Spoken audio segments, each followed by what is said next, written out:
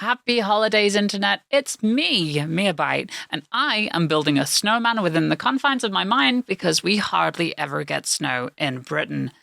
Now, I usually steer clear of call-out style videos, mostly because I find drama content is pretty lowbrow and it leans so heavily on clickbait. However, this time I think somebody should speak up. There is a content creator whose actions and opinions are so negatively impacting the community, and I don't think I can stay silent any longer. This video isn't going to win me any friends. In fact, it could possibly change people's view of me in general, because the creator that's killing Magic the Gathering, that I'm calling out for killing Magic, is me. It's me. I have some absolutely terrible opinions, like Play Booster Pack should have the chance of having high rarity cards that are currently only found in collector boosters, that serialized cards are garbage, and Arena really isn't worth my time unless they add the Commander format. But the most controversial stance I have taken, and a stance that will most likely be seen as killing Magic the Gathering, is this. I genuinely believe that Universes Beyond is a net positive for Magic the Gathering. Yes, I know. Hear me out. Now, understand that I am going to be showing bias here, because without Universes Beyond, I would not be a part of the Magic community. I mean, the upcoming Final Fantasy set is literally the reason I started playing Magic to begin with. I am a massive Final Fantasy fan. Clearly. So yeah, I started playing in anticipation of next year's Final Fantasy set. I think it's going to be an incredible set with the opportunity to introduce some really cool mechanics. I am excited by the idea that Magic players are going to be exposed to an IP whose universe encompasses so many different stories and characters that rival Magic's own universe. I am so ready to see something that I love so much come to Magic the Gathering. And it should also surprise no one that as a British geek, I am also a fan of Doctor Who. And I thought the pre-cons Magic release were super interesting. The only issue that I really had with that was the lack of reprints. It is so incredibly frustrating to see the timey-wimey pre-con at like £100 minimum to pick up, but I digress. When it comes to Universes Beyond, it's been really interesting to me and somewhat surprising to see such a pushback against Universes Beyond as a concept. Now, I know that saying Magic is dead is pretty much a meme in the community at this point, but it's definitely a sentiment I've seen as I've dug deeper into researching player reactions to Universes Beyond. There's this whole attitude that it's leading to the fortnitification of Magic the Gathering in general. Now, while I understand why people would think that, I would personally say that there is a fundamental distinction between Fortnite and Magic the Gathering, but we'll get to that. Surprising no one, the worst takes I've seen have been on social media. There's this idea going around that people who got into Magic via Universes Beyond are fake fans, and that Wizards of the Coast are shoving these cards down people's throats, which is so incredibly disheartening. While it's easy to dismiss this as just another aspect of social media, the general attitude towards Universes Beyond has honestly made me embarrassed, and it's made me feel guilty that I'm even excited for the Final Fantasy set. The negativity surrounding the whole thing has made me feel like I'm the type of player that's killing Magic, and that really sucks. I feel like I need to apologize for liking the things I like, and that I don't deserve to be a part of the fandom because of it. The whole thing just feels so negative. In fact, I think the Magic community has been dealing with a broader negativity problem, but we'll save that discussion for another video. While everyone has the right to voice their opinions, I have to say that as someone who began playing Magic this year, so essentially as an outsider looking in, much of the criticism seems to be unproductive and petty. Phrases referring to Universes Beyond cards as not real Magic cards, it screams gatekeeping to me, and it really echoes worrying behavior I've personally seen in other fandoms. Change is intimidating, I get it. However, this behavior from a community generally leads to the alienation of newer fans and unfairly blaming them for ruining something that you love, when in fact, it's usually just companies trying to cater to different demographics. Though, much like other communities, I suspect that the Magic community faces similar challenges when it comes to inclusion and diversity, equity, all of that stuff. I honestly feel that we need to foster new ways of discussing Universes Beyond that results in productive dialogue rather than toxicity, while being open to other viewpoints. With that in mind, let's explore some of the disadvantages and advantages of Universes Beyond.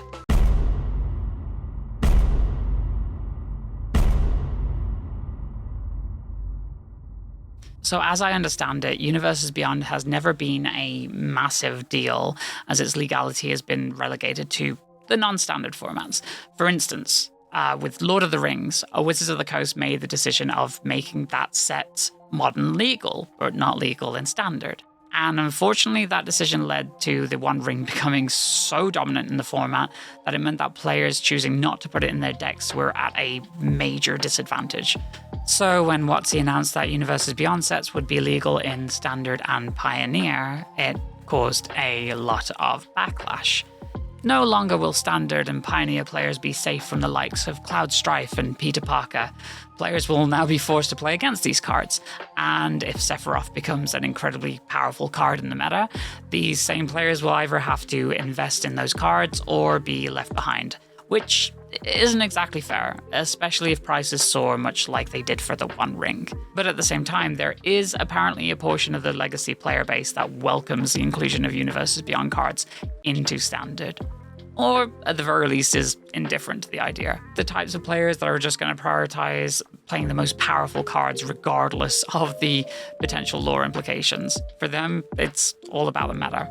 It's hard to tell in this case if it's genuine player dissatisfaction or if it's a vocal minority expressing their opinions. One of the major arguments I've seen is that Universes Beyond is negatively impacting the IP via the Fortnitification of Magic the Gathering. I understand why this idea exists. I can totally put myself in the shoes of someone that thinks that Magic is straying from its core identity, that it no longer resembles the game that they grew up with, and that Wizards of the Coast seem more focused on attracting new players rather than satisfying the legacy fans. That's a legitimate concern, and I understand it. However, my issue with this argument is that while it is valid to an extent, it seems to ignore a broader issue that remains present even without Universes Beyond. I honestly don't think that the impact of Universes Beyond would be that much of an issue if the current tentpole sets were what many players consider real Magic, which I interpret as meaning classic Magic. Instead, the general consensus I'm seeing is that many recent sets have felt more like gimmick sets.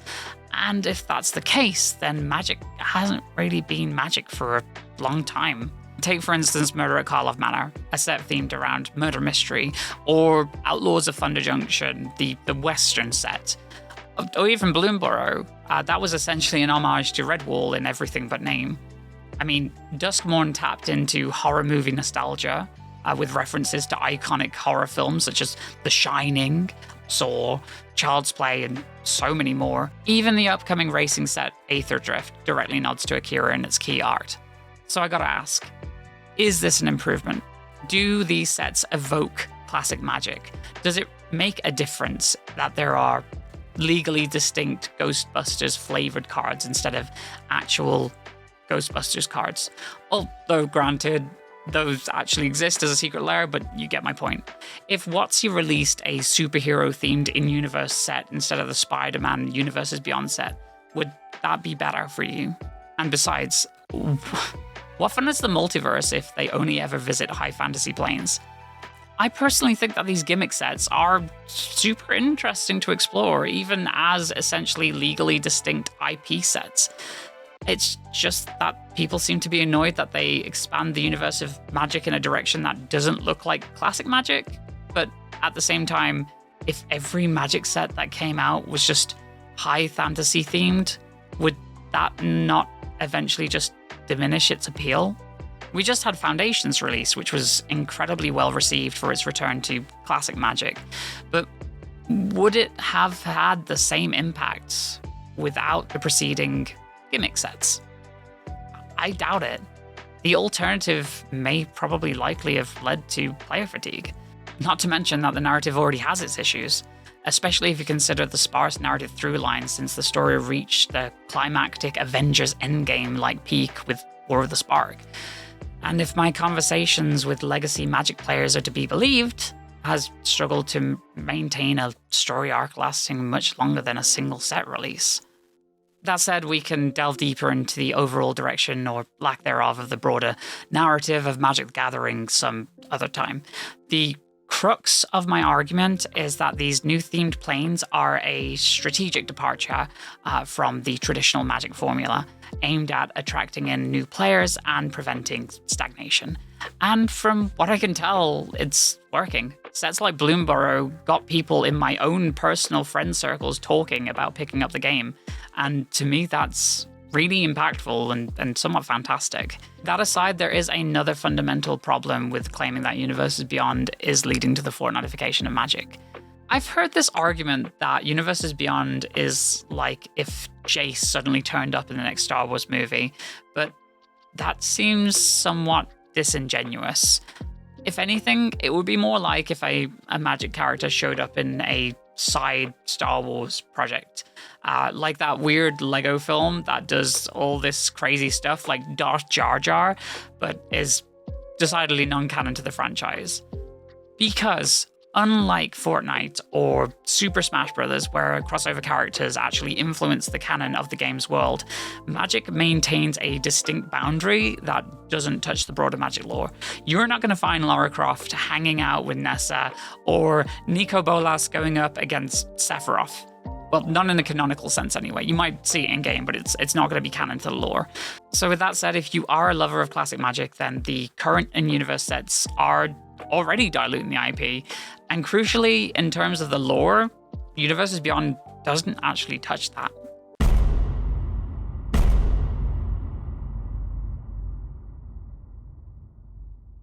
Okay, so Universes Beyond clearly makes money, and it's a key part of bringing in new players that are fans of Universes Beyond IPs. One of the reasons that I never got into Magic is because high fantasy doesn't really resonate all that much with me. As a result, the game never really captured my interest, if I'm being completely honest. I had zero reason to become invested in the IP and no point of entry. However, you tell me that Magic is teaming up with Final Fantasy for a crossover set, and I'm all in. I'm totally in. I've spoken to several people who feel that Magic the Gathering has too many barriers to entry, be it the perception of complex rules, the presence of toxic players in the player base, or just honestly the financial barriers. For these players, it's crucial to create some kind of entry point for newcomers. And if we're honest, Universes Beyond is probably the easiest way to make this happen, by drawing in pre-established fan bases of other franchises. Now, there is, of course, one other major hurdle with Magic that deters potential players, but I'll address that later in the video. Critics of Universes Beyond also often overlook that new players may just stick around and develop a genuine affection for Magic's lore. Even as someone who isn't a high fantasy fan, I've discovered elements of Magic and characters that I adore, be it the fiery Sapphic Chandra, the terrifyingly teethed Lute, or Fibbleflip. Yes, even Fibbleflip. I am drawn to all their stories. I'll play a planeswalker like Liliana, and I want to know everything about her. That's actually a character I've not looked into yet. I definitely want to read up on Liliana's whole deal. But that's the thing. New players can only be a positive for Magic the Gathering. I know for a fact that some people may not be a fan of this whole idea. I've seen Universes Beyond referred to as advertisements for other IPs within Magic. But the thing is, it works.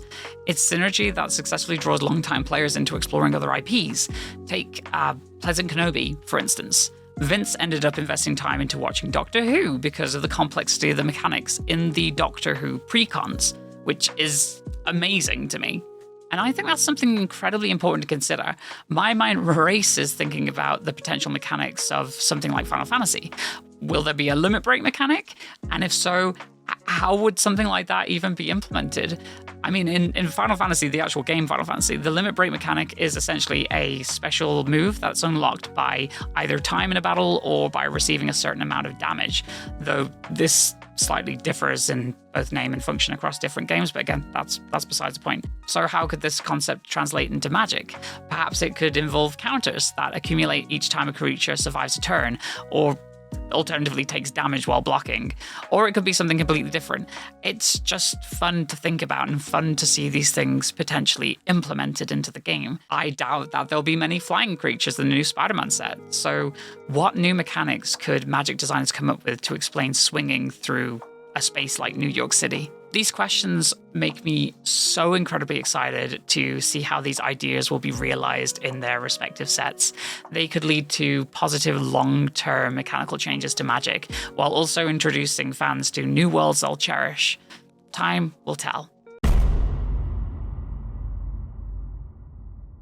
So this one is pretty straightforward. A bigger player base equals more interest in Magic overall, meaning more players visiting your local game store, more opportunities for games, the chance to forge new friendships, and crucially, more business for those stores, which in my mind can only be a good thing.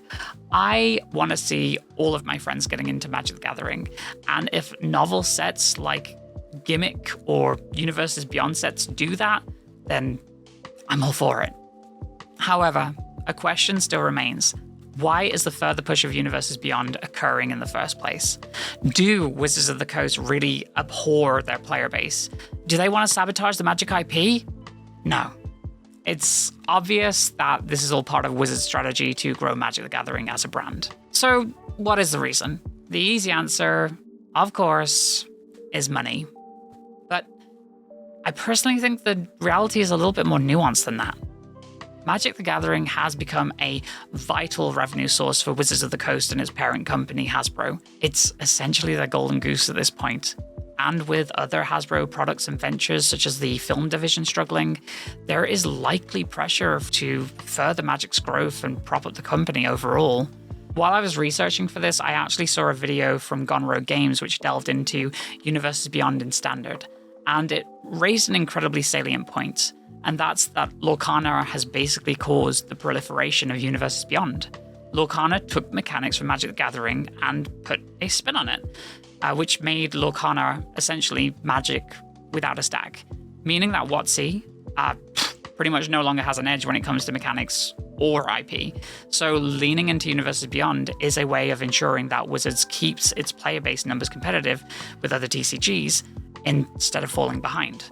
But there is, of course, one big elephant in the room that prevents Magic's growth without the use of gimmicks or Universes Beyond. Magic has an appeal problem. It's in my opinion that Magic as an IP just doesn't have the same widespread appeal as other TCGs. Let me explain. Other TCGs like Pokemon, Yu-Gi-Oh!, Lorcana, and One Piece, they all benefit from being part of expansive franchises that include anime, video games, movies, and merchandise. It gives them a significant advantage in attracting new players. Take Pokemon, for instance. It's the largest media franchise globally. Magic is never going to be Pokemon. Even Lorcana, which has only been around for about a year, has quickly become a formidable rival to Magic. Of course, it's leveraged the immense nostalgia from parent company Disney, but that's kind of the point. The first Lorcana set outsold Wilds of Eldraine, which released around the same time, which is insane, but it makes sense. It's just got a massive IP behind it. And more recently, a significant portion of the Axion Now 10th anniversary convention was dedicated to Lorcana. I actually covered that event, by the way, and you can check out that video right there if you'd like to. Please do. It was a really cool time. My point is that Magic doesn't have the same library of IP to rely on, and you may disagree with this, but as a high fantasy brand, it faces more challenges in appealing to a broader audience.